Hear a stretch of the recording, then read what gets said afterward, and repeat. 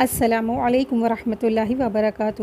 فہم القرآن course class 60 میں آپ سب کو خوش آمدید۔ اہلاً و سہلاً مرحبا۔ رسول اللہ صلی اللہ علیہ وسلم نے فرمایا، اللہ تعالیٰ دنیا تو اسے بھی دے دیتے ہیں جس سے محبت کرتے ہیں، اور اسے بھی جس سے محبت نہیں کرتے ہیں، لیکن دین صرف اس کو دیتے ہیں جس سے اللہ محبت کرتے ہیں۔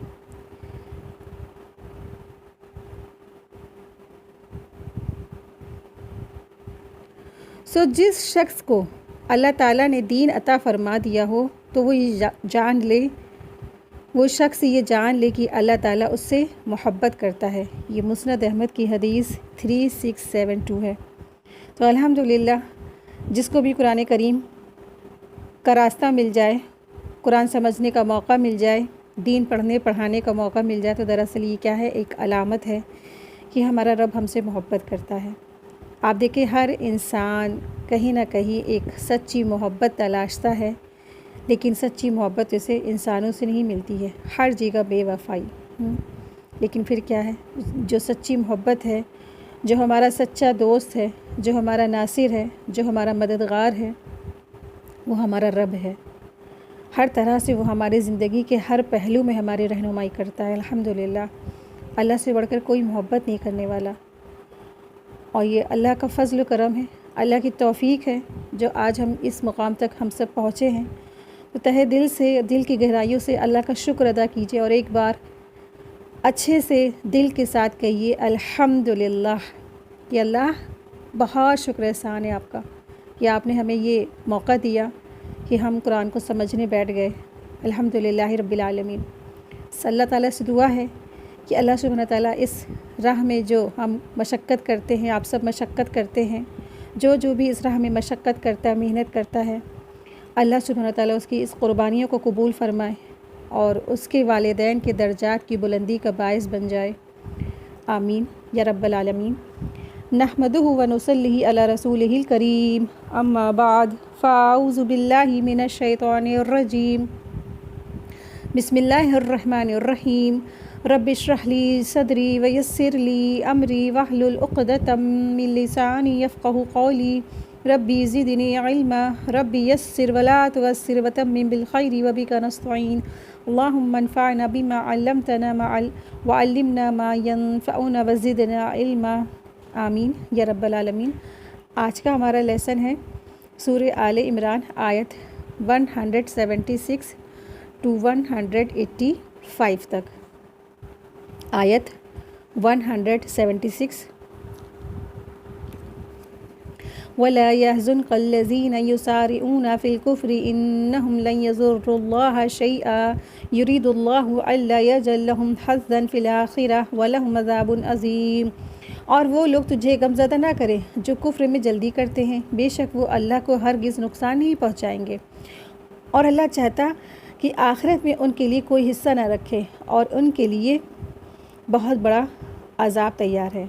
وَلَهُمْ عَذَابٌ عَظِيمٌ، ان کے لیے عذاب تیار ہے، کیسا؟ عظیم یعنی بہت بڑا۔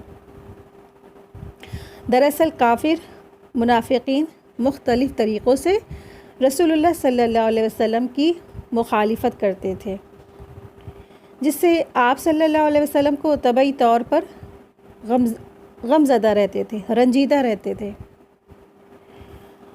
خصوصاً غزوہ احد کے موقع پر جب منافقین نے بہت سارے موقعوں پر آپ صلی اللہ علیہ وسلم کو ان کے خلاف جو ہے سارے انہوں نے کام کیے۔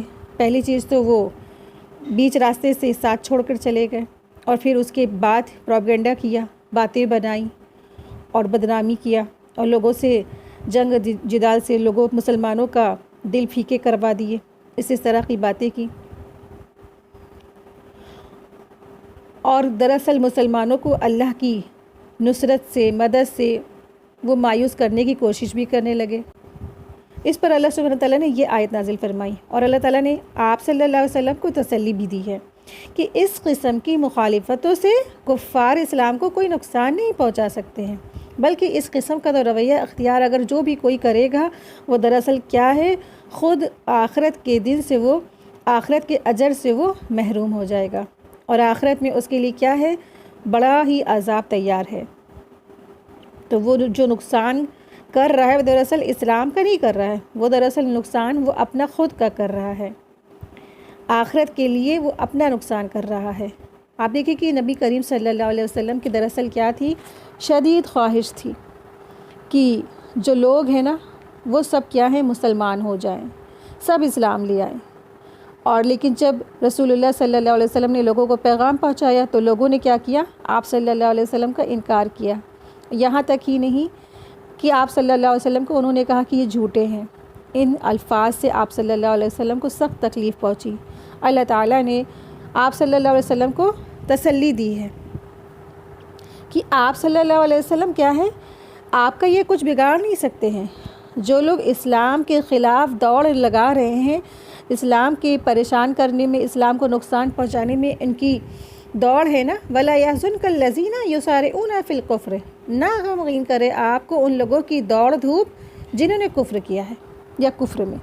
یعنی جب ایک کفر کرنے والا دنیا میں عیش کی زندگی جیتا ہے تو اور آپ دیکھیں کہ اور وہ کیا کرتا ہے، ساتھ ہی ساتھ اسلام کو نقصان پہنچاتا ہے، اسلام کو جو ہے یہ دکھاتا ہے کہ یہ صحیح نہیں ہے اور اسی کے پیچھے لگے رہتے ہیں۔ کافی لوگ آج بھی دیکھے ہوں گے آپ نے کہ اسلام کے پیچھے لگے ہاتھ دھو کر کے، اور اس وقت بھی تھے کہ ان کی دوڑ دھوپ اس لیے ہوتی تھی کہ کیا اسلام کو دکھا دے کہ یہ نیچا ہے، اور یہ دراصل رسول اللہ صلی اللہ علیہ وسلم کیا ہے، یہ سچے نہیں ہیں۔ اور آج بھی بہت سارے لوگ ایسے ہی کہتے ہیں کہ یہ جو اسلام ہے یہ کب پنپا، 1450 سال پہلے، اس کے جو لانے والے تھے وہ رسول اللہ صلی اللہ علیہ وسلم تھے۔ لیکن جب انسان قرآن مجید پڑھتا ہے تو اس کو معلوم ہوتا ہے کہ یہ تو قرآن کریم اور یہ اسلام تو اول دن سے ہے، دنیا جب سے پیدا ہوئی تب سے ہی یہی دنیا میں آنے کا بعد ہی سے یہ اسلام شروع ہوا تھا، آدم علیہ السلام سے ہی اسلام کا آغاز ہوا تھا۔ بات تو دراصل کچھ اور ہے، لیکن جو کفر والے ہوتے ہیں وہ اسلام کو ہمیشہ ہمیشہ تکلیف پہنچانے کی سوچتے ہیں، اور وہ ان کی یہی چاہت ہوتی ہے کہ کیا کرے، اسلام کو ضر پہنچا دے، اسلام کو نقصان پہنچا دے، اسلام کے جو کام کر رہا ہے، رات دن جو اس کو پھیلا رہا ہے اس کو بھی نقصان پہنچا دے۔ تو اللہ سبحانہ تعالیٰ فرما رہے ہیں کہ انہم لا یضر اللہ شیئا، بے شک وہ اسلام کو یا اللہ کو کچھ بھی نقصان نہیں پہنچا سکتے۔ لا یضر اللہ سے یہاں مراد ہے کہ اسلام کو، وہ اسلام کو کوئی نقصان پہنچا ہی نہیں سکتے ہیں۔ چالے تو لوگ بہت چلتے ہیں لیکن دراصل کیا ہے، وہ خود ہی کیا ہوتے ہیں، اس کا شکار بن جاتے ہیں۔ چالے چلتے انسان کیا ہوتا ہے، اپنا ہی نقصان کرتا ہے، اس نے اپنی آخرت ہی تباہ کر لی۔ اب آپ دیکھیے جن منافقوں نے یا جن یہودیوں نے یا جن کفار نے اس طریقے کی چالیں چلی اس وقت، تو رزلٹ کیا ہوا، انہی سب کا برا ہوا، وہی سب سے نچلے آگ کے جو ہے جہنم میں رہیں گے، دنیا میں بھی رسوا ہوئے اور آخرت میں بھی ان کے لیے رسوائی ہے۔ جب کفر کرنے والا دنیا میں عیش کی زندگی جیتا ہے نا، اور اللہ تعالیٰ ان کو آخرت میں کوئی حصہ نہیں دیں گے نا، تو سب دنیا میں ہی دے دیتے ہیں، کیونکہ کفر کرنے والا کیا ہے، مومنوں سے کہتا ہے کہ ہم پر اللہ کی بڑا فضل ہے اور تم تو کیا ہو، نقصان میں ہو۔ اور اسی طرح سے دیکھیں کہ صحابہ کرام جو تھے وہ مخلص تھے، وہ مومنین تھے، اور وہ منافقوں کے بیچ میں کیا فرق تھا صحابہ کرام کا، یہی تو فرق تھا کہ مسلمان جو تھے نا غریب تھے، اور اپوزیشن اور جو کفار تھے وہ پیسے والے تھے، رچ پرسن تھے، اور جو صحابہ تھے وہ قربانیاں کر کر کے اللہ کی راہ میں سب کچھ دے دلا کے بالکل وہ کیا ہو گئے تھے، غریب ہو چکے تھے۔ اور جو منافق تھے وہ یہی کہتے تھے، مذاق اڑاتے تھے ان کا، کہتے تھے دیکھو ہم حق پر ہیں نا، ہم تو سچ پر ہیں، کیونکہ ہم نے ظاہری طور پر اسلام قبول کیا ہے، اندر سے تو ہم کفر کرنے والے ہی ہیں، اور دیکھو تم ہی لوگ گھاٹے میں ہو نا۔ اس طریقے سے وہ مذاق بھی اڑاتے تھے مسلمانوں کا، تو طرح طرح کے وہ حملے کرتے تھے مسلمانوں پہ، اور طرح طرح سے ان کو تکلیف پہنچاتے تھے، ان کو ضر پہنچاتے تھے، ان کو غم زدہ کرتے تھے۔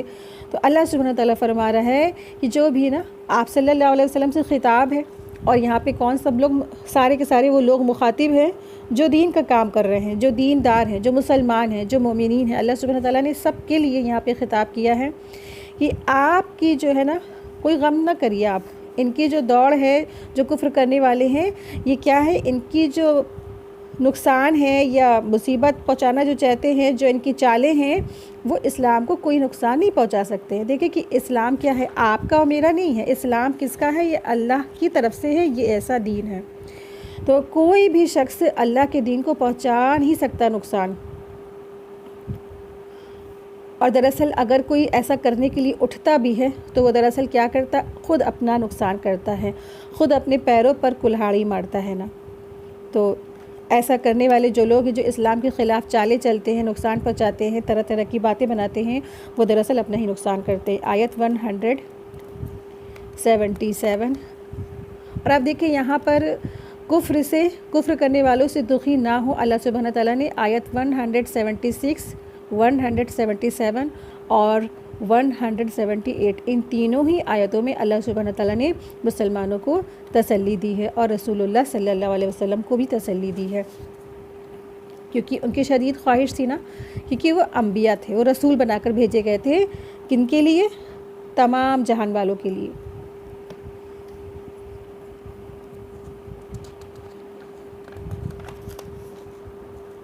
آیت 177۔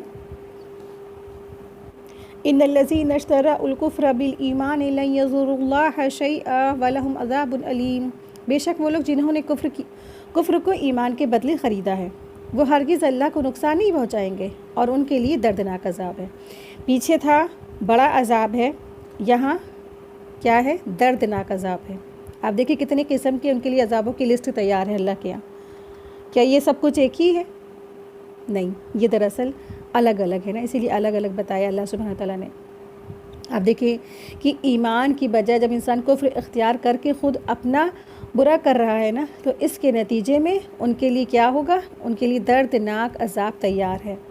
تو جنہوں نے بھی رسول اللہ صلی اللہ علیہ وسلم کو نقصان پہنچایا، اسلام کو نقصان پہنچایا، مسلمانوں کے لیے چالیں چلی، اور پھر چاہے وہ جس زمانے میں ہو، چاہے وہ اس زمانے میں تھے، چاہے وہ 500 سال پہلے تھے، چاہے وہ آج کے زمانے میں ہوں گے، اور چاہے وہ قیامت تک کی زمانے میں، جو بھی زمانے میں ہوں گے، تو جس طرح کی جس کے اندر یہ صفات موجود ہے، یہ کوالٹیز موجود ہیں، تو ان کے لیے اللہ سبحانہ تعالیٰ نے فرما دیا ہے کہ جنہوں نے انکار کیا اللہ کے رسول کا اور اللہ کا، اللہ اور اس کے رسول کا انکار کرنے والوں کے دراصل کیا ہے؟ وہ کچھ بھی نقصان نہیں پہنچا سکتے، اور ان کے لیے کیا ہے؟ عذاب علیم ہے، دردناک عذاب ہے۔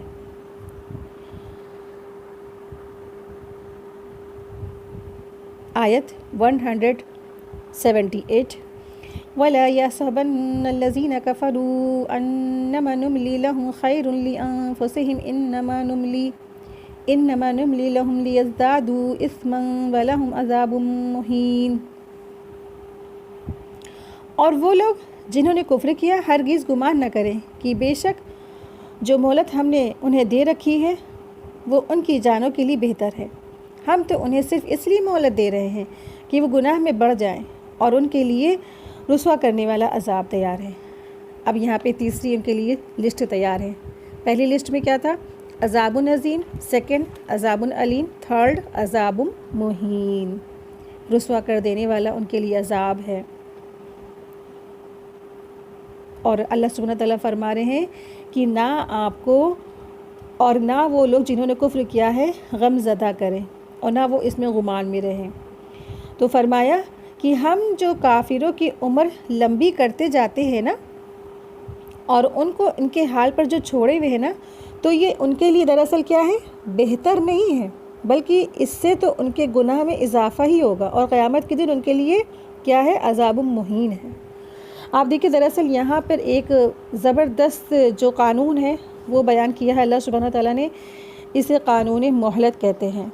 اس آیت میں اللہ سبحانہ تعالیٰ نے قانون امہال یعنی مہلت دینے کا بیان فرمایا ہے، یعنی جب اللہ تعالیٰ اپنی حکمت اور مشیت کے مطابق کافروں کو مہلت عطا فرماتے ہیں نا، ایک بڑا سا ٹائم ان کو دے دیتے ہیں، بڑا سا زندگی دے دیتے ہیں، یہ بڑا سا وقت دے دیتے ہیں، تو یہ وقتی طور پر انہیں دنیا کی فراغت کی اور خوشحالی دی جاتی ہے، اور ان کو کیا ملتی ہے؟ بہت ساری فتح ملتی ہے، جیت ملتی ہے، بہت سارا ان کو مال بھی ملتا ہے، اور وہ اولادوں سے بھی نوازے، یعنی کہ بیٹوں سے خاص کر کے وہ نواز دیے جاتے ہیں۔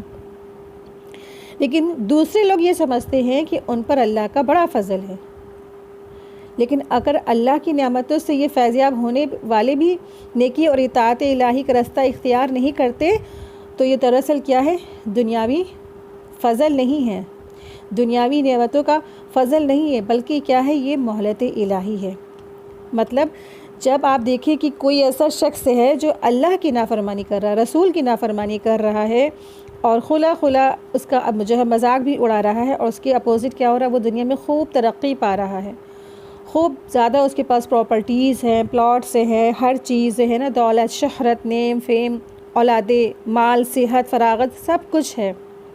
تو دراصل کیا ہے؟ یہ ایک مہلت ہے، اس کو ایک مہلت دے دی گئی ہے۔ کیونکہ دراصل کیا ہے؟ آخرت میں اس کے لیے تو صرف اور صرف عذاب ہے۔ اور دراصل کیا ہے؟ یہ مہلت کس لیے دی گئی ہے؟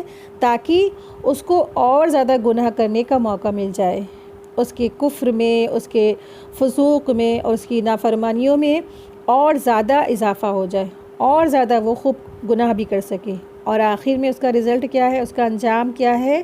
صرف اور صرف ہمیشگی کی جہنم ہے، جس کا وہ مستحق ہے، جس میں وہ ہمیشہ رہے گا۔ تو آپ نے دیکھا ہوگا کہ آج اتنا زیادہ گلیمر کا زمانہ ہو گیا نا، جسے کہتے ہیں ہم لوگ، اور ہر ایک کے پاس موبائلز فون ہے اور لیپ ٹاپس ہے، کمپیوٹرز ہے، اور ٹی وی سب سے بڑی جو دشمن ہے ہم سب کی۔ اور آپ دیکھیں کہ اس میں بعض وقت ایسا کوئی چیز ہوتا ہے، سین دیکھتا بھی ہے کہ واقعی میں کہ اس کو تو اللہ تعالیٰ نے بہت دیا ہے، اور یہ تو اتنا بدتمیز ہے، اتنا زیادہ برا شخص ہے، اس کو تو اللہ تعالیٰ نے اتنا دیا ہے، یہ تو پورے کنگڈم کا کنگ بنا بیٹھا ہے، اور اس کو اتنی زبردست اللہ سبحانہ تعالیٰ نے پی ایم بنا دیا، سی ایم بنا دیا، اتنا زیادہ شہرت سے جی رہا ہے۔ تو دراصل ان سب کا جواب آپ کو یہی ہے ملا کہ دراصل کیا ہے؟ ان کو یہ تھوڑی سی مہلت دی گئی ہے تاکہ وہ اپنی سرکشی میں اور نافرمانی میں بڑھتے چلے جائیں۔ اگر آخری میں دراصل ان کے لیے رزلٹ کیا ہے؟ جہنم ہے۔ تو کبھی کسی کے مال کو، کبھی کسی کے اولاد کو، کبھی کسی کے شہرت کو دیکھ کر غمزدہ مت ہو۔ دراصل کیا ہے؟ اس کا اپنا طرز عمل بھی دیکھیں کہ وہ واقعی میں کیسا ہے نا، کہ کیا ایسی چیز ہے جو وہ نافرمانی اگر ہے اور وہ غیر مسلم ہے، یا مسلمان بھی ہے اور اللہ کے احکامات کا اور رسول اللہ صلی اللہ علیہ وسلم کے جو اتباع نہیں کر رہا، اس کے بعد بھی وہ کیا ہے؟ عیش عشرت آرام میں ہے، مزے کر رہا ہے نا۔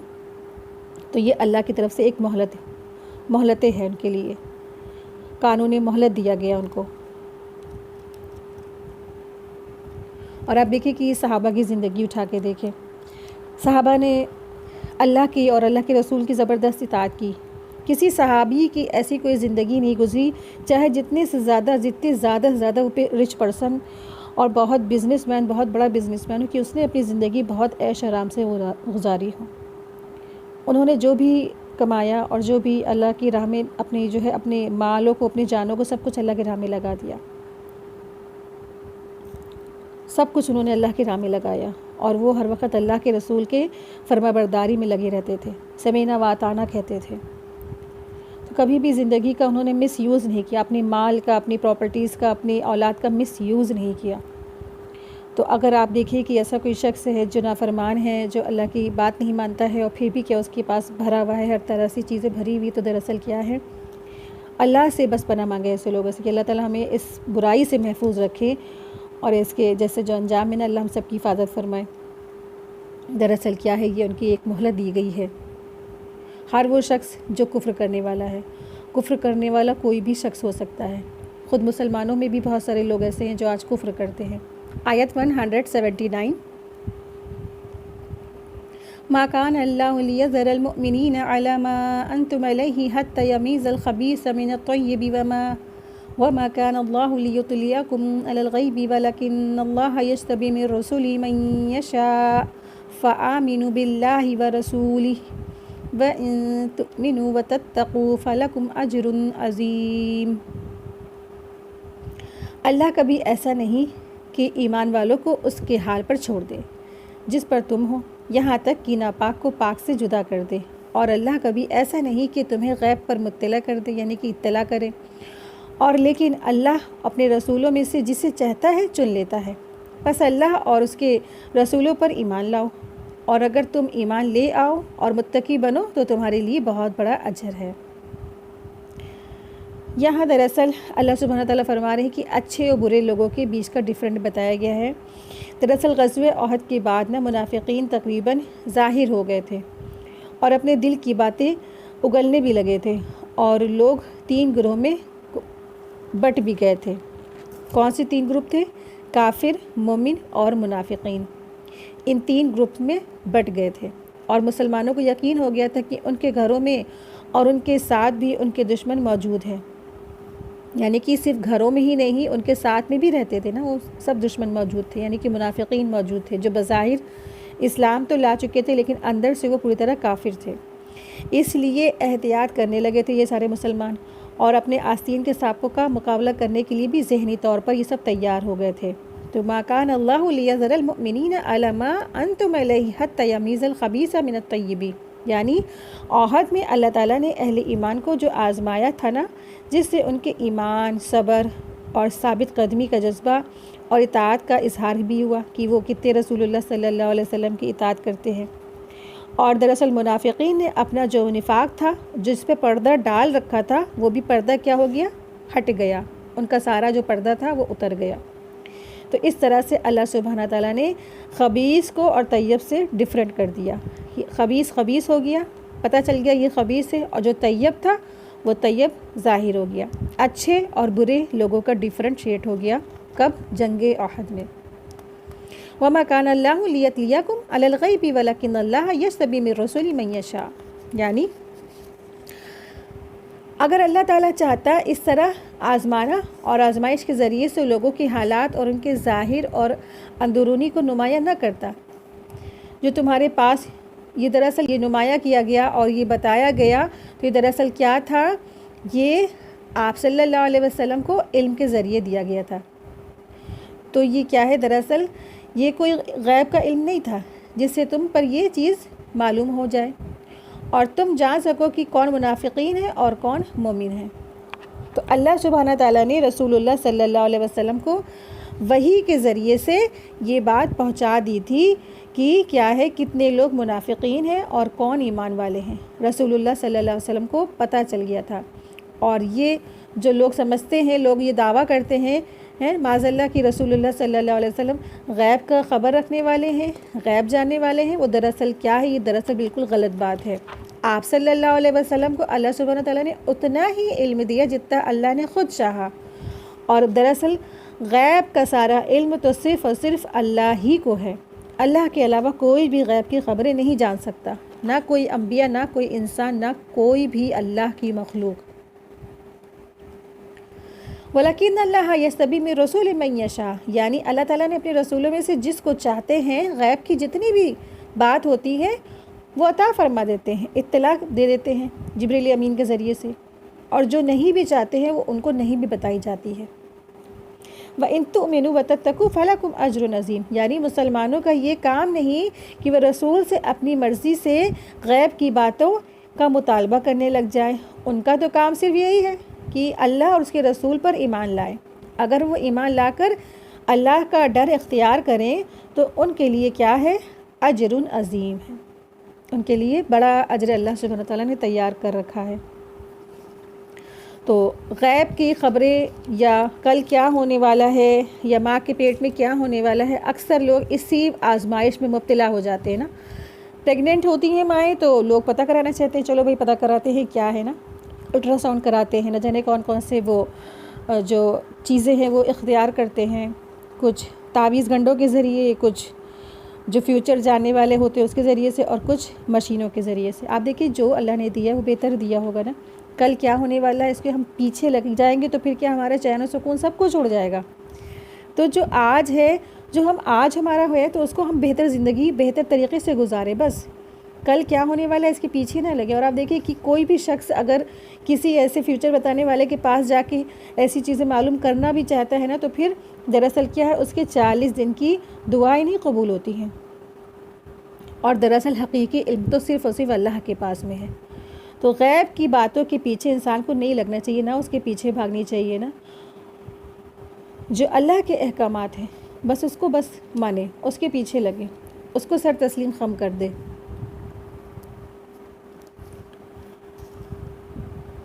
آیت 180 وَلَا يَحْسَبَنَّ الَّذِينَ يَبْخَلُونَ بِمَا آتَاهُمُ اللَّهُ من فضله هو خيرا لهم بل هو شر لهم سيطوقون ما بخلوا به يوم القيامة ولله ميراث السماوات والأرض واللہ بما تعملون خبیر۔ اور وہ لوگ جو اس میں بخل کرتے ہیں جو اللہ نے انہیں اپنے فضل سے دیا ہے، ہرگز گمان نہ کرے کہ وہ ان کے لیے اچھا ہے، بلکہ وہ ان کے لیے برا ہے۔ ان قریب قیامت کے دن انہیں اس چیز کا طوق پہنا دیا جائے گا جس میں انہوں نے بخل کیا ہے، اور اللہ ہی کے لیے آسمان اور زمین کی میراث ہے، اور اللہ اس سے جو تم کرتے ہو وہ پورا خبر رکھنے والا ہے۔ تو یہاں اللہ سبحانہ تعالیٰ فرما رہے ہیں کہ دراصل کیا ہے کہ مال کی جو قربانی ہے نا، جو مال کی قربانی، اور اس پہ یہاں پہ جو زور دیا گیا ہے کہ جو لوگ بخل کرتے ہیں، تو جنہوں نے مال کی قربانی کی ان کو منافقوں نے کیا کہا، یہ کہ بے وقوف ہے۔ اور اللہ سبحانہ تعالیٰ یہاں پر مال کی قربانی پر زور دے رہے ہیں، اور جو بخل کرنے والے ہیں ان کے لیے شدید وعید کا ذکر بھی ہے۔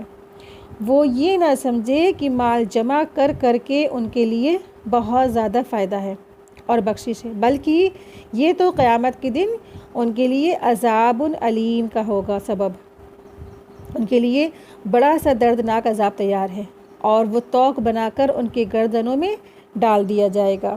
رسول اللہ صلی اللہ علیہ وسلم دراصل فرماتے ہیں کہ جو دنیا میں جو انسان دراصل جب وہ زکوٰۃ نہیں دیتا تھا اور مال کو جوڑ کر رکھتا تھا، یہاں تک کہ فرض جو چیز تھی یعنی کہ زکوٰۃ تھا وہ بھی نہیں دیتا تھا، تو اللہ سبحانہ تعالیٰ قیامت کے دن اس کے گلے میں ایک گنجا جو سانپ ہوتا ہے نا، اس کو گلے میں ڈال دیں گے، اور وہ اس کو ڈسے گا اور ڈستا ہی رہے گا، اور وہ کہے گا میں تیرا وہی مال ہوں جو تو نے جمع کر کے رکھا تھا۔ یعنی جب انسان کو مال کی لالچ ہو جاتی ہے اور اس لالچ کی وجہ سے پھر وہ کیا کرنے لگتا ہے، بخیلی کرنے لگتا ہے، بخل کرنے لگتا ہے۔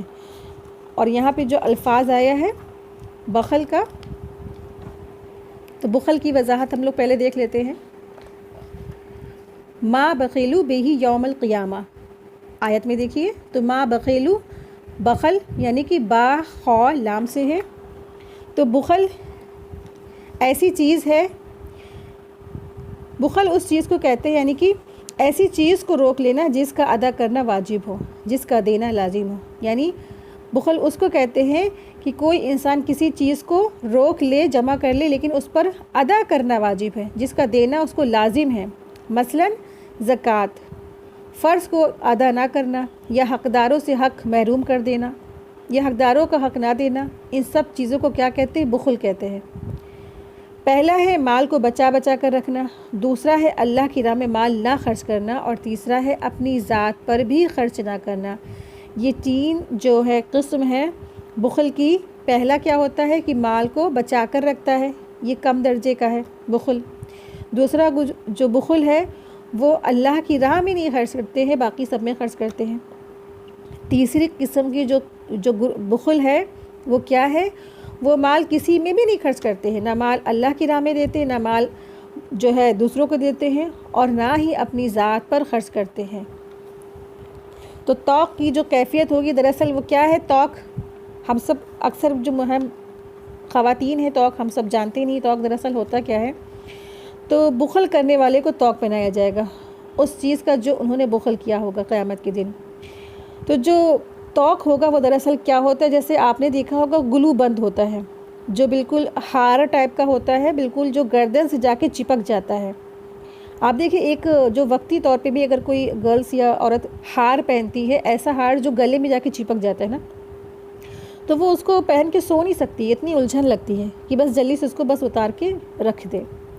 آپ سوچیں کہ سانپ، ایسا سانپ جو ایسا ہوگا کہ وہ گلو بند کی طرح اس کے گلے میں طوق ڈال دیا جائے گا، تو پھر کیسی مشکلات ہوں گی نا اس کی، کیسی پریشانی بھرا اس کا ہوگا۔ اور جب کہ مال اس کا مال ہی نہیں رہا، مال تو اس نے جمع کیا اور پھر پیچھے چھوڑ کر چلا آیا، دوسرے لوگ اس کے پیچھے کیا کر رہے ہیں، عیش کر رہے ہیں۔ اسی لیے نبی کریم صلی اللہ علیہ وسلم نے فرمایا جو محتاج رشتہ دار اپنے مالدار رشتہ دار سے سوال کرے اور وہ اس کو نہ دے تو اس کی سزا کیا ہوگی؟ سانپ اس کے گلے کا ہار بن جائے گا اور اس کو طوق بنا دیا جائے گا۔ حضرت ابو ہریرہ رضی اللہ عنہ سے روایت ہے کہ رسول اللہ صلی اللہ علیہ وسلم نے فرمایا، جس کو اللہ نے مال دیا اور اس نے اس کی زکوٰۃ نہ دی تو قیامت کے دن اس کے مال کو سانپ کی شکل میں تبدیل کر دیا جائے گا۔ جو گنجا ہوگا اس کی آنکھوں پر 2 سیاہ دھبے ہوں گے۔ قیامت کے دن وہ سانپ زکوٰۃ نہ دینے والوں کی گردن کا طوق بن جائے گا، اس کی لپٹ جائے گا جیسے گلو بند ہوتا ہے، اور اس کی دونوں باچھوں کو پکڑ لے گا، یعنی کہ جو جبڑے ہوتے ہیں نا وہ پکڑ لے گا اور کہے گا میں وہی تو تیرا مال ہوں۔ بہت ڈرانے والی آیت ہے۔ آپ دیکھیں کہ اکثر جو لوگ ہیں وہ زکوٰۃ سے ہی گھبراتے ہیں کہ ہائے رمضان آ گیا، مجھے زکوٰۃ دینی ہے۔ زکوٰۃ دینا بھی ان کو گرا گزرتا ہے۔ آپ دیکھیں کہ زکوٰۃ نہ دینے والے کا حشر کیا ہے۔ اکثر جو خواتین ہیں وہ جو زیور ہوتے ہیں اس پر زکوٰۃ ہی نہیں دیتی ہیں، طرح طرح کے جو ہے بحث کرتی ہیں کہ ہم تو ایسا ہے ویسا ہے، ہم پر قرضہ ہے، ہم قرضہ ہے تو ہم زکوٰۃ ہم کیسے دے سکتے ہیں نا۔ آپ دیکھیں کہ جس کے پاس بھی سونا ہے، چاندی ہے اور جو کافی تعداد میں ہے تو اس پر زکوٰۃ کیا ہے؟ ضروری ہے۔ آیت 181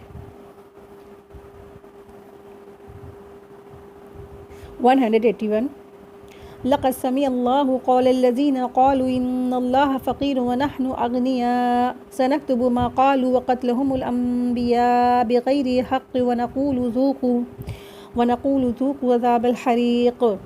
بلا شبہ یقیناً اللہ نے ان لوگوں کی بات سن لی جنہوں نے کہا بے شک اللہ فقیر ہے اور ہم غنی ہیں، ہم ضرور لکھ لیں گے کہ جو انہوں نے کہا ہے، اور ان کا نبیوں کو کسی حق کے بغیر قتل کرنا بھی ہم کہیں گے جلنے کا عذاب چکھو۔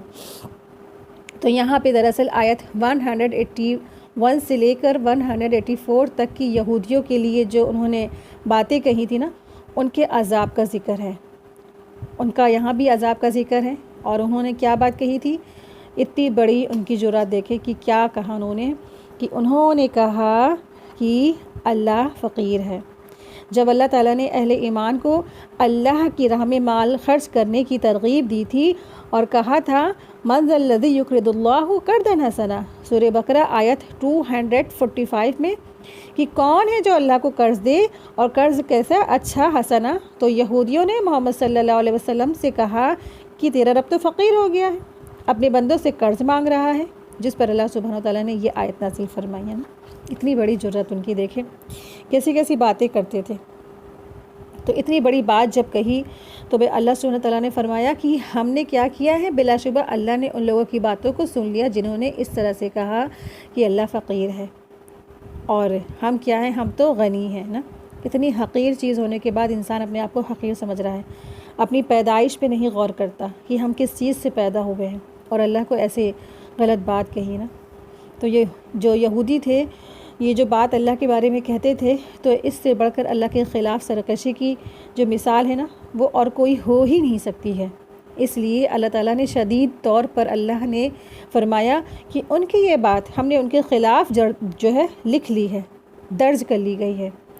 اور اس سے پہلے بھی یہی نہیں کہ انہوں نے سرکشی کی، اس سے پہلے بھی انہوں نے انبیاء کو قتل کیا۔ دراصل ایک عام انسان کا قتل کرنا تو بہت بڑا جرم ہے، اور جو انبیاء ہوتے ہیں ان کا قتل تو کرنا بہت بڑا جرم ہے۔ یہ بھی انہوں نے بہت بڑا جرم کیا تھا۔ اتنے بڑے بڑے جرم کرنے کے بعد کیا ہے؟ اللہ سبحانہ تعالیٰ نے سب کچھ لکھ لیا ان کا کام، اور ان کے لیے قیامت کے دن کیا ہے؟ زبردست عذاب ہے۔ وَنَقُولُ ذُوقُوا الْعَذَابَ الْحَرِيقَ، اور ہم کہیں کہ چکھو عذاب جلنے کا، کہ ان سے کہا جائے گا اب تم چکھو۔ کیوں؟ کیونکہ دراصل کیا ہے؟ تم نے اتنی بڑی بڑی جو باتیں زبانوں سے نکالی، اب تمہارے لیے کیا ہے؟ صرف اور صرف سزا بھگتو۔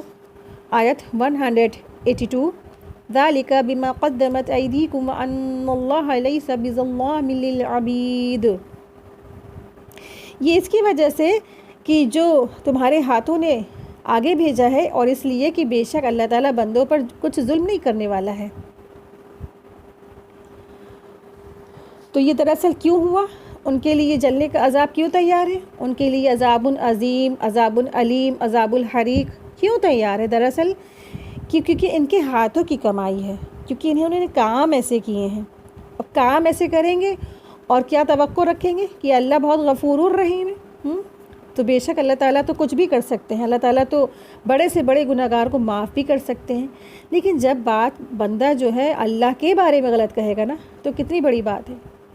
اور اس سے بھی بڑی بات کیا ہے، جب لوگ کرسچن لوگ کہتے ہیں نا کہ میری کرسمس ہے نا، معاذ اللہ نعوذ باللہ، تو اللہ نے بیٹا جنا، تو یہ تو بہت بڑی بات ہے۔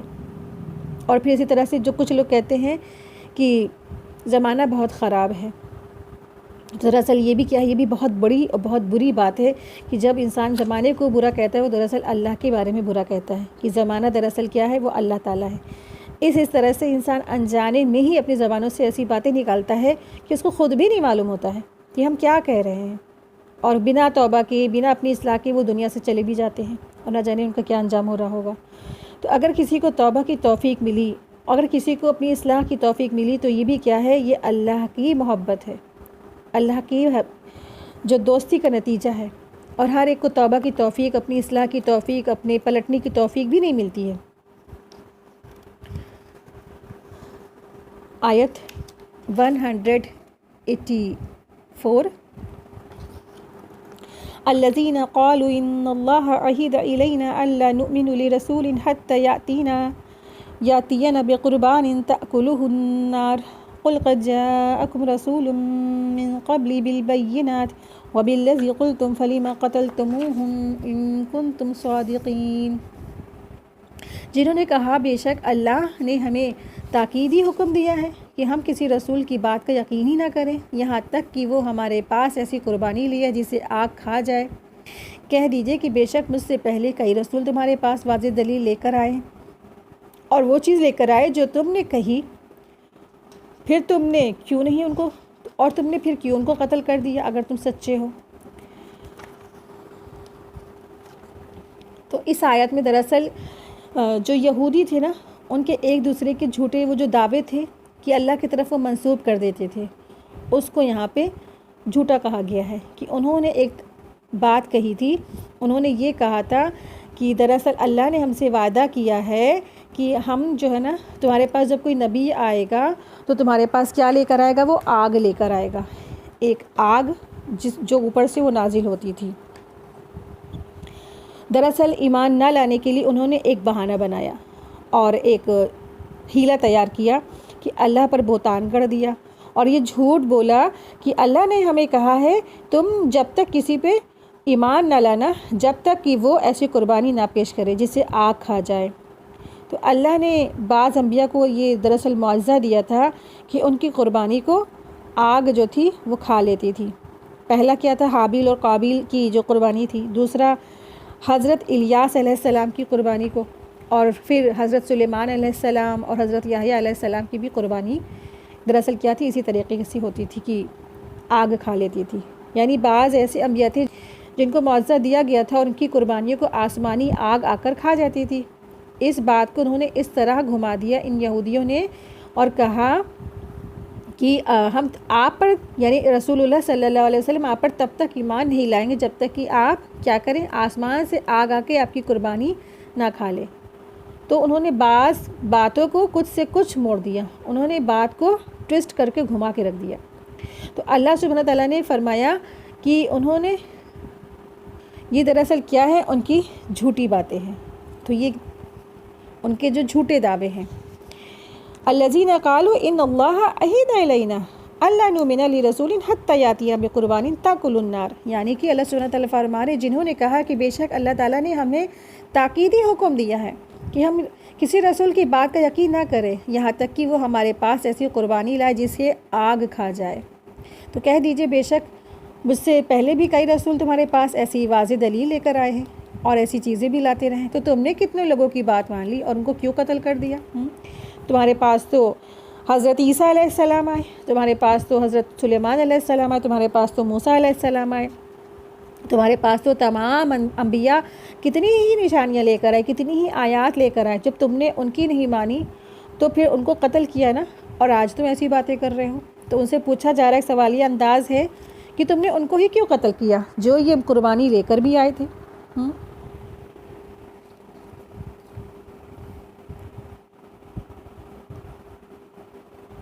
آیت 184 فَإِن كَذَّبُوكَ فَقَدْ كُذِّبَ رُسُلٌ مِّن قَبْلِكَ جَاءُوا بِالْبَيِّنَاتِ وَبِالزُّبُورِ وَالْكِتَابِ الْمُنِيرِ۔ پھر اگر وہ تجھے جھٹلائیں تو بے شک کئی رسول تجھے سے پہلے بھی جھٹلائے گئے ہیں جو واضح دلیل اور صحیفے روشن کتاب لے کر آئے تھے۔ تو رسول اللہ صلی اللہ علیہ وسلم کو اللہ سبحانہ تعالیٰ تسلی دے رہے ہیں کہ اس قسم کی کئی طرح کے شبہات پیدا کر کے بھی یہ لوگ آپ کو جھٹلاتے رہے ہیں، تو آپ غم مت کیجیے، آپ رنجیدہ مت ہوئیے، کیونکہ آپ سے پہلے بھی بہت سے رسولوں کے ساتھ بھی ان کا معاملہ کیا تھا؟ یہی تھا، یہ یہی سلوک کرتے تھے، حالانکہ انہوں نے کھلی کھلی نشانیاں دیکھی تھی۔ تو آپ صلی اللہ علیہ وسلم کو یہاں تسلی دی گئی ہے۔ آیت 185 کل نفس ذائقۃ الموت وانما توفون اجورهم یوم القیامہ فمن زحزح عن النار وادخل الجنہ فقد فاز وما الحیاۃ الدنیا الا متاع الغرور۔ ہر جان کو موت کا مزہ چکھنا ہے، ہر جان موت کو چکھنے والی ہے، اور تمہیں تمہاری اجر قیامت کے دن ہی پوری دے دی جائے گی۔ پھر جو شخص آگ سے دور کر دیا گیا اور جنت میں داخل کر دیا گیا تو یقیناً وہ کامیاب ہو گیا، اور دنیا کی زندگی تو کیا ہے، دھوکے کے سامان کے سوا کچھ بھی نہیں ہے۔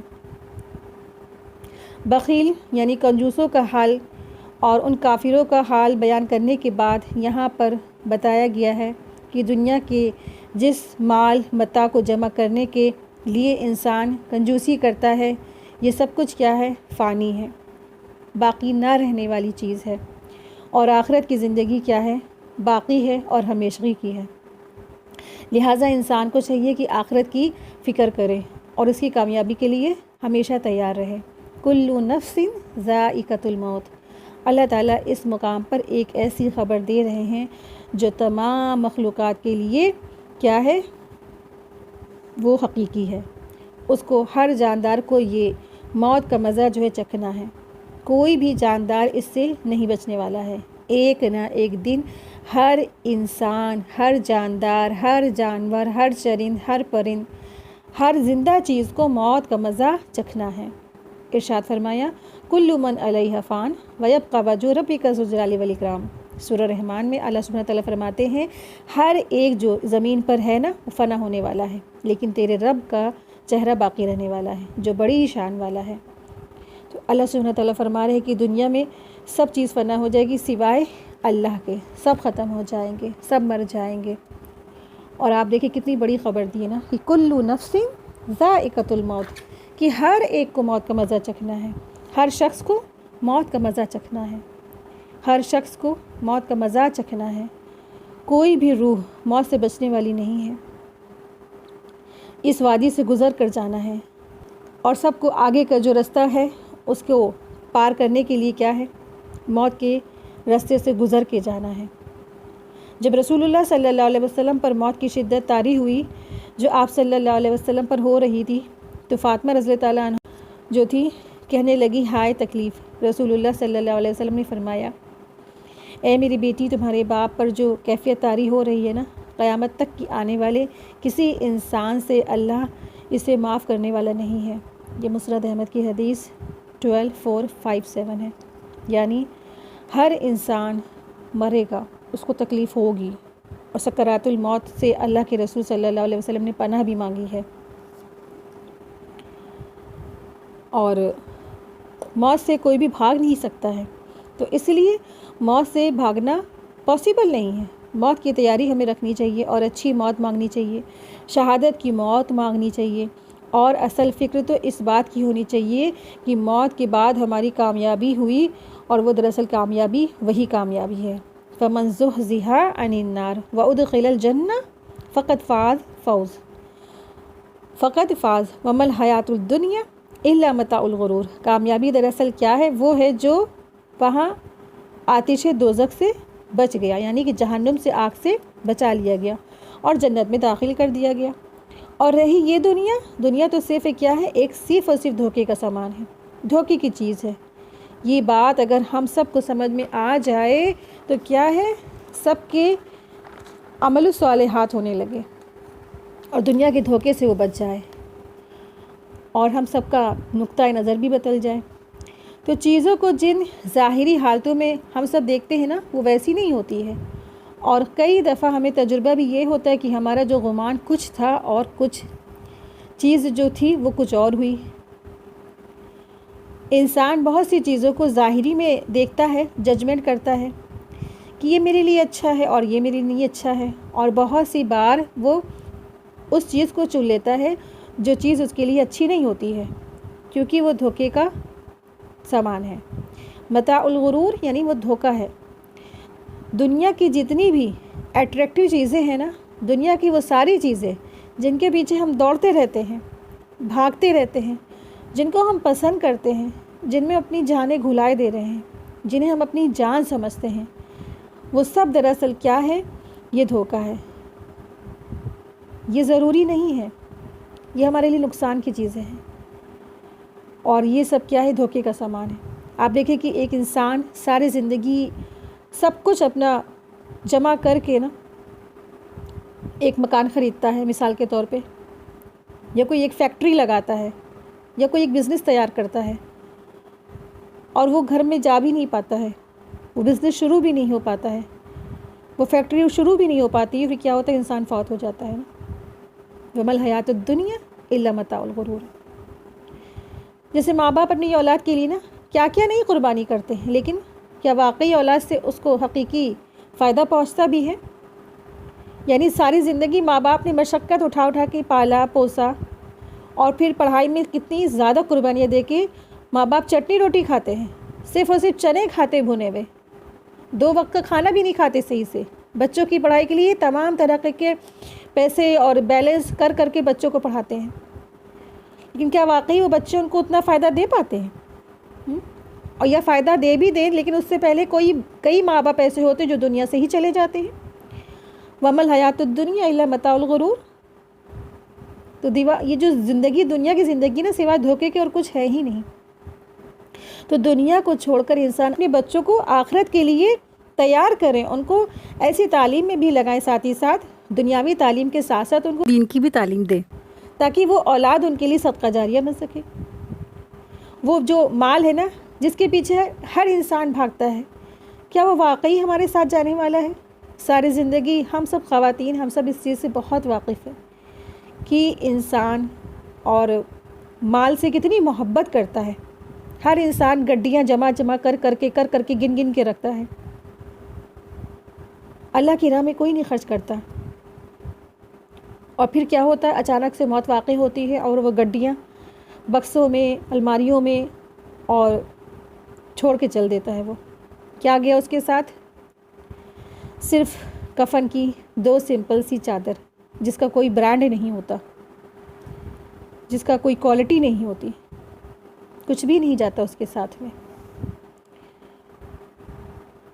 اور یہ مال بھی آپ دیکھیں، جو اس نے اتنی ساری زندگی اپنی مال کو کمایا، اربوں خربوں روپے کمائے اور بیلنس بنایا، وہ مال بھی اس کو موت سے بچا نہیں سکا، اور پھر موت اس کو آ ہی گئی، اور پھر موت کے بعد بھی جو آخری زندگی ہے اس میں بھی وہ مال اس کے کام نہیں آنے والا، وہ تو اس کے لیے فتنہ بن گیا، کیونکہ اس نے اتنا مال چھوڑ کے گیا کہ اس کے پیچھے اس کے مس یوز کر رہے ہیں لوگ، شراب پی رہے ہیں لوگ، جوا میں کھیل رہے ہیں لوگ، کلب جا رہے ہیں لوگ، پب جا رہے ہیں لوگ، فضولیات میں مال اڑا رہے ہیں، تو یہ مال بھی اس کے لیے فتنہ بن گیا، نہ قبر میں ساتھ گیا، نہ اس کے ساتھ گیا، نہ اس کے آخرت میں ہی اس کے ساتھ میں وہ مال رہا۔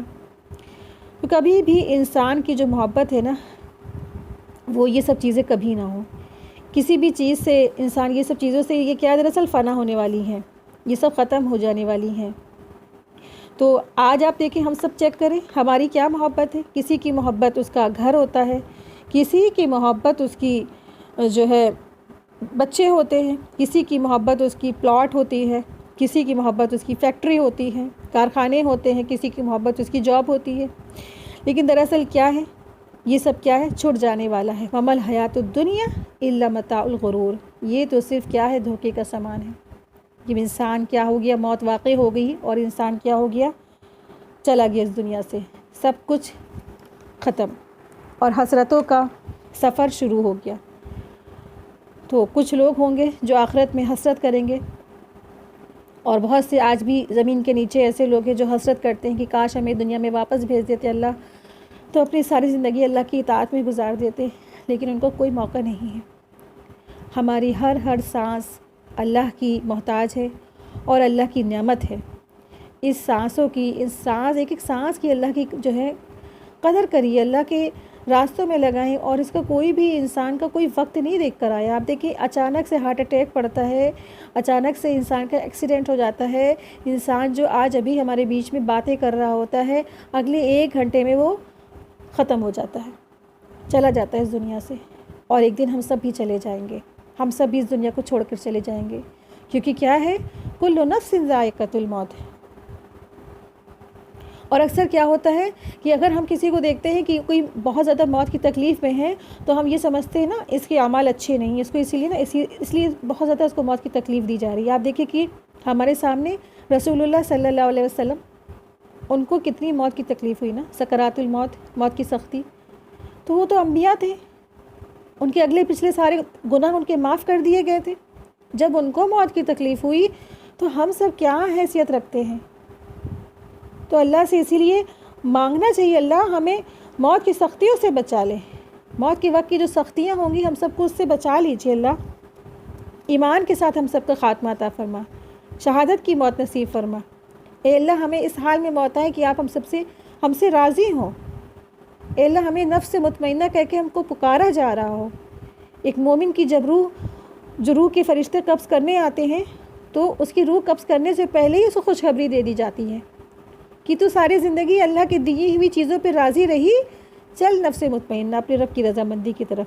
جب تو راضی رہی تو تیرا رب بھی تجھ سے راضی ہے۔ لیکن ایک وہ شخص جس نے ساری زندگی کی اللہ کے دی ہوئی چیزوں کی نافرمانی، ناشکری کی، کہ میرے پاس ہی کچھ نہیں ہے، اور اس کے پاس ہے میرے پاس کیوں نہیں، اس کے پاس ہے میرے پاس ہی کیوں نہیں، یا مصیبت آئی تو میں ہی کیوں، یہ مصیبت کے لیے میں ہی کیوں، دنیا میں اتنے سارے کروڑوں لوگ ہیں، میں ہی کیوں سلیکٹ ہوئی مصیبت کے لیے نا۔ تو جب بندی ایسی ناشکری کی باتیں کرتی ہے تو پھر کیا ہے، اس کے لیے پھر آخرت میں ویسے ہی انجام ہے۔ لیکن دراصل ہم سمجھتے ہیں کیا ہے، فَمَن زُحْزِحَ عَنِ النَّارِ وَأُدْخِلَ الْجَنَّةَ فَقَدْ فَازَ۔ تو جس نے بھی کامیابی پالی، اور دراصل یہاں پہ بہت بڑی کامیابی کی بات ہے، اور وہ کیا کامیابی ہے، جو آگ سے بچ کر جنت میں چلا گیا، وہ سب سے بڑی کامیابی ہے۔ کامیابی انسان سمجھتا ہے دولت میں ہے، کامیابی شہرت میں ہے، کامیابی ہم ڈاکٹر بن گئے اس میں ہے، انجینئرنگ میں ڈاکٹر میں، اور جو ہے IAS PCS میں ہم کامیابی سمجھتے ہیں۔ دراصل کامیابی یہاں بتا دی گئی کس چیز میں کامیابی ہے، کہ جو شخص آگ سے بچ کر جنت میں داخل ہو گیا فقد فاز، تو یہ سب سے بڑی کامیابی ہے۔ کہ اگر جہنم میں کوئی جل جھلس کے جنت میں گیا تو وہ کامیابی نہیں ہے، کامیابی تو وہ ہے جو ڈائریکٹ جنت میں چلا گیا، اس کو آگ چھو بھی نہیں گئی، تو یہ سب سے بڑی کامیابی ہے۔ تو اس کامیابی تک پہنچنے کے لیے آج ہمیں یہاں قربانیاں کرنی ہیں، آج ہمیں ہر چیز اللہ کی راہ میں لگانا ہے، اپنا ہمیں وقت لگانا ہے، اپنی جانوں کو لگا دینا ہے، اپنے مال کو لگا دینا ہے، اور ہمیں آخرت کے لیے تیاری کرنی ہے، ہمیں بخیلی ہمیں نہیں کرنی، ہماری اولادوں کو بھی ہمیں اپنے ساتھ ساتھ ہمیں اپنی اولادوں کی بھی اصلاح کی بھی فکر ہونی چاہیے، ان کو بھی اللہ کے راستے میں لگانا، ورنہ یہ اللہ سے کہیں گے اللہ یہ تو خود ہمیں ایسے کاموں پہ لگا کہ خود اللہ اللہ کرتی رہیں، اور ہم تو اسکول کی ہی دوڑ میں پڑے رہیں، اور پھر ان کے سپنوں کو ہم پورا کرنے چلے گئے، ان کے ڈریم تھے نا بڑے بڑے کہ میرا بچہ ڈاکٹر بن جائے، میرا بچہ بہت بڑا IAS افسر یا کلیکٹر یا DM یا CM بن جائے، ان کی ڈریمز کے پیچھے ہم ان کو پورا کرنے کے چکر میں لگے رہیں۔ اللہ تعالیٰ ان کو بھی ضرور آپ جہنم میں ڈالیے میرے ساتھ ساتھ میں، اگر ہم اچھے کام نہیں کر سکے تو وجہ تو یہی تھی میری ماں، تو یہ آخرت میں ہمارے لیے حجت نہ بنے، ساتھ ہی ساتھ اپنے بچوں کی بھی اصلاح کے لیے لگے رہیں۔ اور آپ دیکھیں کہ اگر ہم جنت میں چلے بھی گئے اور ہم نے کہا کہ نہیں اللہ ہم نے ان کو تربیت دی تھی، اور اگر والدین جنت میں چلے گئے اور خدا نہ خواستہ بچے جنت میں نہیں گئے تو وہ جنت کس کام کی ہے، وہ جنت تو پھر بالکل پھیکی ہو جائے گی نا۔ آپ دیکھیے آپ کے گھر میں اگر بچے 1-2 دن کے لیے کہیں چلے آتے تو کیا آپ کو وہ گھر اچھا لگتا ہے؟ کیا گھر کاٹنے کو دوڑتا ہے؟ جبکہ اتنی بڑی جنت میں آپ کیسے اکیلے رہ سکتے ہیں نا۔ تو اپنے بچوں کے لیے بھی فکر مند رہیں، ان کی بھی کامیابی ہو، ہم سب کی کامیابی ہو، یہی سب سے بڑی کامیابی کہ آگ سے بچ کر ہم سب کو اللہ جنت میں داخل فرما دے، کیونکہ یہی سب سے بڑی کامیابی ہے۔ اس کے لیے ہمیں اللہ کی اطاعت کرنی ہوگی، رسول اللہ صلی اللہ علیہ وسلم کی اطاعت کرنی ہوگی، اور ہر وہ کام کرنا ہے جو رسول اللہ صلی اللہ علیہ وسلم نے کہا ہے، جو اللہ نے کہا ہے۔ اللہ نے جن کاموں کے لیے کرنے کو کہا ہے اسے کریں، اور جن کاموں سے روکا ہے ان سے رک جائیں۔ تو دراصل کیا ہے، پھر ہم آخرت میں انشاءاللہ تعالیٰ کامیاب ہوں گے۔ اور یہ دراصل کیا ہے، وَمَا الْحَيَاةُ الدُّنْيَا إِلَّا مَتَاعُ الْغُرُورِ، یہ دنیا کی زندگی کیا ہے، صرف اور صرف دھوکے کا سامان ہے، صرف دھوکہ ہے۔ انسان سمجھتا ہے کہ ہم بہت سال جینے والے ہیں، ابھی تو ہماری عمر 20 25 30 40، ابھی تو ہم اتنے ہی ہیں، تقریباً ہمارے پاس تو 50 سال ہے نا، کل کر لیں گے، کل کر لیں گے، آج اچھا موقع نہیں، کل کر لیں گے، نماز ہمیں شروع کرنی ہے، ہم کل کر لیں گے، کوئی بھی نیک کام ہمیں کرنا ہے نا، کل کر لیں گے۔ کوئی بھی نیکی کی بات سوچتے ہیں تو کل پہ ڈال دیتا ہے، لیکن کل کس نے دیکھا ہے؟ کل ہم دنیا میں رہنے والے ہیں کیا؟ کیونکہ یہ دنیا کیا ہے، دھوکہ ہے۔ اللہ سبحانہ تعالیٰ نے اس دنیا کو بہت خوبصورت بنا دیا ہے، اور انسان کا نفس اسی کے پیچھے بھاگتا ہے، کیونکہ یہی آزمائش ہے۔ اور بتا دیا اللہ تبارک تعالیٰ نے، اللہ سبحانہ تعالیٰ نے، وَمَا الْحَيَاةُ الدُّنْيَا إِلَّا مَتَاعُ الْغُرُورِ، کہ نہیں ہے دنیاوی زندگی سوائے دھوکے کے سامان کے۔ جیسے انسان کی موت واقع ہوتی ہے، سب تار چھٹ جاتے ہیں۔ ایک شخص جو ڈش اتنی پسند کرتا ہے، اس کو بالکل جان سے زیادہ پیاری ہوتی ہے، پھر وہ کہاں چلا جاتا ہے؟ فوت ہو جاتا ہے، پھر سب کچھ اس کا رک جاتا ہے۔ لوگ ساری زندگی ڈش، ریسیپیز، کپڑوں میں، زیور میں، گہنے میں، گھر کو سجانے میں، سنوارنے میں، اس دھوکے کے گھروں میں اپنا ٹائم لگا دیتے ہیں نا، پورا وقت لگا دیتے ہیں، پھر کیا ہے، اسی گھر سے وہ کہاں چلے جاتے ہیں؟ زمین کے نیچے، گارا مٹی اور بالکل مٹی کے نیچے دفن ہو جاتے ہیں۔ تو بتا دیا اللہ سبحانہ تعالیٰ نے، وَمَا الْحَيَاةُ الدُّنْيَا إِلَّا مَتَاعُ الْغُرُورِ۔ تو اللہ تبارک تعالیٰ سے دعا ہے کہ اللہ تبارک تعالیٰ ہم سب کو، کل مومن کل مومنات کو، جہنم کی آگ سے بچا کر جنت میں داخلہ عطا فرمائے، آخرت کی کامیابی نصیب فرمائے، آمین یا رب العالمین۔ سبحانک اللہم و بحمدک، اشہد ان لا الہ الا انت، استغفرک و اتوب الیک۔ السلام علیکم ورحمۃ اللہ وبرکاتہ۔ جزاک اللہ خیرا کثیرا۔